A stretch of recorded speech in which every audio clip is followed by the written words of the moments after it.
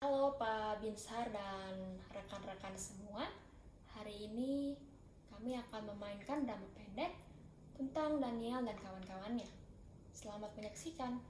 Pada suatu malam, Raja Nebukadnezar mendapat mimpi yang aneh. Dia menjadi sangat gelisah dan ia tidak bisa tidur. Lalu ia memanggil orang-orang berilmu, ahli jampi, ahli sihir, dan para kahdim untuk menerangkan kepadanya tentang mimpinya itu. Maka datanglah mereka dan berdiri di hadapan raja. Aku bermimpi dan hatiku gelisah karena ingin mengetahui mimpi itu. Ya Raja, kekalah hidupmu. Ceritakanlah kepada hamba-hamba mimpi itu. Maka kami akan memberitahukan maknanya.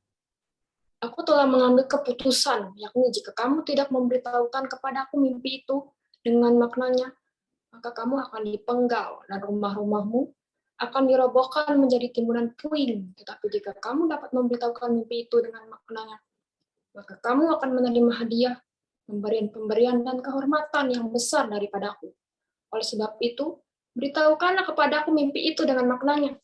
Silakan Tuanku Raja menceritakan mimpi itu kepada hamba-hambanya ini. Bukan maknanya.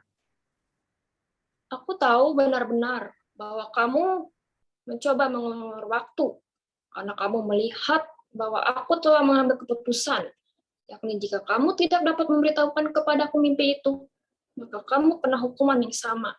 Dan aku tahu bahwa kamu telah bermufakat untuk mengatakan kepadaku hal-hal yang bohong dan busuk sampai keadaan berubah. Oleh sebab itu, ceritakanlah kepadaku mimpi itu, supaya aku tahu bahwa kamu dapat memberitahukan maknanya juga kepadaku. Tidak ada seorang pun di muka bumi ini yang dapat memberitahukan apa yang diminta Tuanku Raja. Dan tidak pernah seorang raja, bagaimanapun agungnya dan besar kuasanya, telah meminta hal sedemikian dari orang berilmu, atau seorang ahli jampi, atau seorang kastim. Apa yang diminta Tuanku Raja adalah terlalu berat, dan tidak ada seorang pun yang dapat memberitahukannya kepada Tuanku Raja, selain dari dewa-dewa yang tidak berdiam di antara manusia. Maka raja menjadi sangat geram dan murka karena hal itu. Lalu dititahkannya untuk melenyapkan semua orang yang bijaksana di Babel. Ketika titahnya dikeluarkan supaya orang-orang bijaksana dibunuh, maka Daniel dan teman-temannya pun terancam akan dibunuh. Dalam sebuah penglihatan, Allah menunjukkan mimpi Raja Nebukadnezar kepada Daniel dan memberitahukan artinya. Besoknya, Daniel menemui pelayan raja. Orang bijaksana di Babel itu jangan kau lenyapkan. Bawalah aku menghadap raja, maka aku akan memberitahukan makna itu kepada raja. Selain itu membawa Daniel kepada Raja Nebukadnezar, lalu Daniel memberitahu apa arti mimpinya. Sanggupkah engkau memberitahukan kepadaku mimpi yang telah kulihat itu dengan maknanya juga? Allah telah memberitahukan masa depan kepada Tuhan. Ini mimpi Tuhan.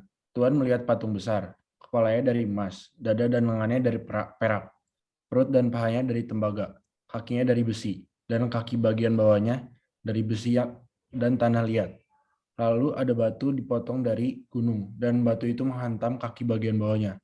Patung itu hancur menjadi bubuk, lalu ditiup angin. Batu itu menjadi gunung yang besar dan memenuhi bumi. Kepala dari emas adalah kerajaan Tuhan. Perak adalah kerajaan yang akan berkuasa setelah Tuhan. Lalu akan ada kerajaan yang seperti tembaga yang menguasai bumi. Kerajaannya berikut akan kuat seperti besi. Terakhir akan ada kerajaan yang terbagi. Ada bagian yang kuat seperti besi dan ada bagian yang lemah seperti tanah liat. Batu itu akan menjadi gunung kerajaan Allah. Itu akan menghancurkan semua kerajaan yang akan bertahan selamanya. Raja Nebukadnezar pun sangat berterima kasih kepada Daniel dan bersujud di hadapannya. Sesungguhnya Allahmu itu Allah yang mengatasi segala Allah dan yang berkuasa atas segala raja dan yang menyingkapkan rahasia-rahasia. Sebab engkau telah dapat menyingkapkan rahasia. Tidak lama setelah Raja Nebukadnezar bermimpi tentang patung, dia membuat patung besar dari emas. Dia menaruh patung itu di dataran Dura. Lalu, dia menyuruh semua orang penting berkumpul di situ, termasuk Sadrah, Mesach, dan Abednego. Raja memberi perintah.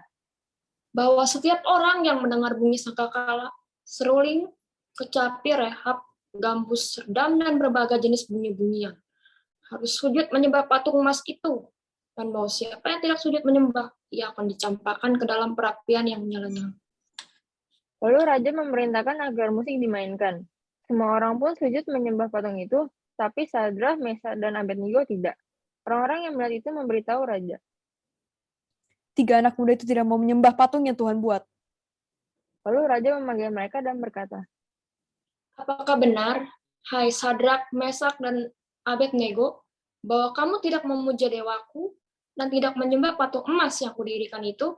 Sekarang jika kamu bersedia, demi kamu mendengar bunyi sangkakala, seruling, kecapir, rebab, gambus, serdam, dan berbagai jenis bunyi-bunyian, sujudlah menyembah patung yang kubuat itu.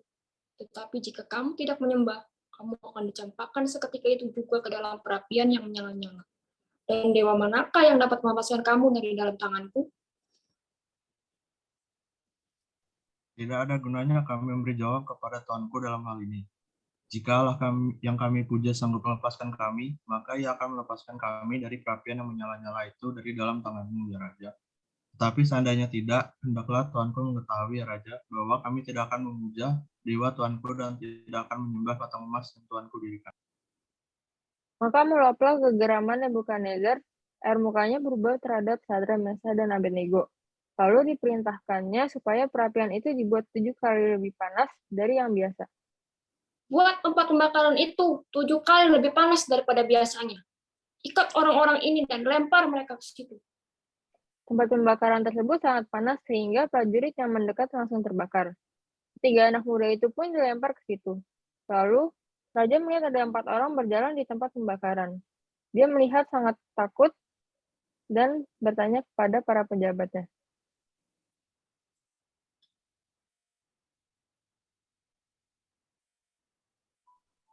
Bukannya cuma 3 orang yang kita lempar ke situ. Tapi ada 4 orang kuliah berjalan-jalan dengan bebas di tengah-tengah api itu. Mereka tidak terluka. Dan yang keempat itu rupanya seperti anak. Raja Nebukadnezar mendekati tempat pembakaran itu dan berteriak, Sadrak, Mesak, dan Abednego, hamba-hamba Allah yang maha tinggi, keluarlah dan datanglah kemari. Lalu keluarga Sadrah, Mesach, dan Abednego dari api itu. Dan para wakil raja, para penguasa, para bupati, dan para menteri raja datang berkumpul. Mereka melihat bahwa tubuh orang-orang ini tidak mempan oleh itu, bahwa rambut di kepala mereka tidak hangus, jubah mereka tidak berubah apa-apa. Bahkan bau kebakaran pun tidak ada pada mereka. Terpujilah Allahnya Sadrak, Mesak, dan Abednego. Ia telah mengutus malaikatnya dan melepaskan hamba-hambanya yang telah menaruh percaya kepadanya dan melanggar titah raja, dan yang menyerahkan tubuh mereka karena mereka tidak mau memuja dan menyembah Allah manapun kecuali Allah mereka. Sebab itu aku mengeluarkan perintah bahwa setiap orang dari bangsa, suku bangsa, atau bahasa manapun ia yang mengucapkan penghinaan terhadap Allahnya Sadrak, Mesach, dan Abednego, ia akan dipenggal dan rumahnya akan dirobohkan menjadi timbunan puing, karena tidak ada Allah lain yang dapat melepaskan secara demikian itu. Lalu raja memberikan kedudukan tinggi kepada Sadrah, Mesach, dan Abednego di wilayah Babel.